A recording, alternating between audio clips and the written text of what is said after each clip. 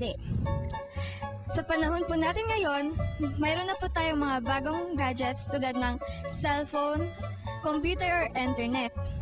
So, hindi na po natin kailangan maghintay pa ng ilang araw, buwan or taon para ma-receive yung message ng mga mahal natin sa buhay. Oo. Dahil hindi sa lahat ng bagay na magagamit natin yung internet o sa cellphone na magpapadala ka ng mensahe sa iyong kamag-anak. Yes, kung ipadala na lang po na kaya ng isang kumpletuhan na padala, doon mo na malalaman ang lahat-lahat ng informasyon. No need to talk na...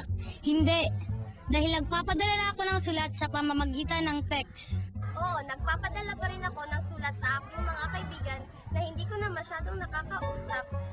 At sa sulat, nasasabi ko ang lahat ng gusto kong sabihin at lahat ng aking nararamdaman. Oo, hanggang ngayon, nagpapadala pa rin ako ng sulat sa Koryo dahil hindi lang sa importante hindi lang sa formal ang prosesong ito, lahat ng bagay na gusto kong ipadala na hindi ko kayang sabihin sa texting, dito ko ipinapadala.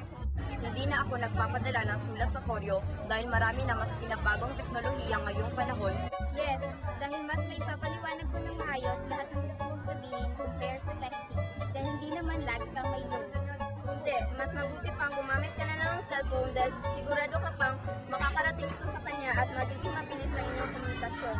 Hindi pa ako nakakapagpadala ng telegrama sa Koreo dahil hindi ko naman ito masyadong kakailanganin.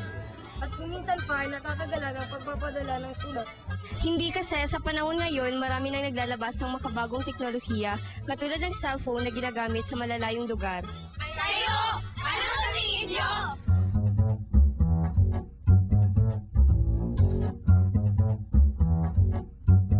Ang Kabataan Express ay hatid sa inyo ng UNICEF.